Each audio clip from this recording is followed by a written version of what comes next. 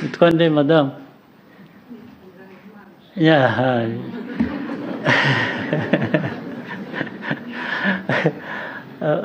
abantu benshi hano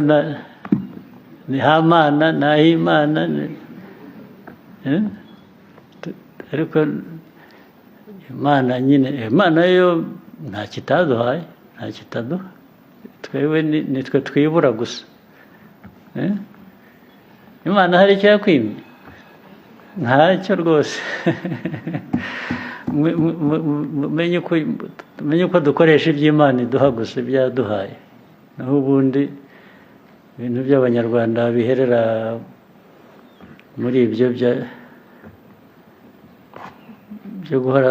twizeye Imana bikatwibagizwa kugira icyo tunakora gishingiye ku by'Imana yaduhaye hari ikibazo Imana yaraduhaye irangiza dusunika kugira ngo nimugende mujye mwibuka ko muri abanjye hanyuma ariko mukore ibyo mugomba gukora mwagerayo ni nko kuyishyuza ushaka ko yaguhaye ubuzima gushyira hariya igihugu guha ubutaka ugashaka ko iza no kuguhingira ngo ikwereze ikugaburire se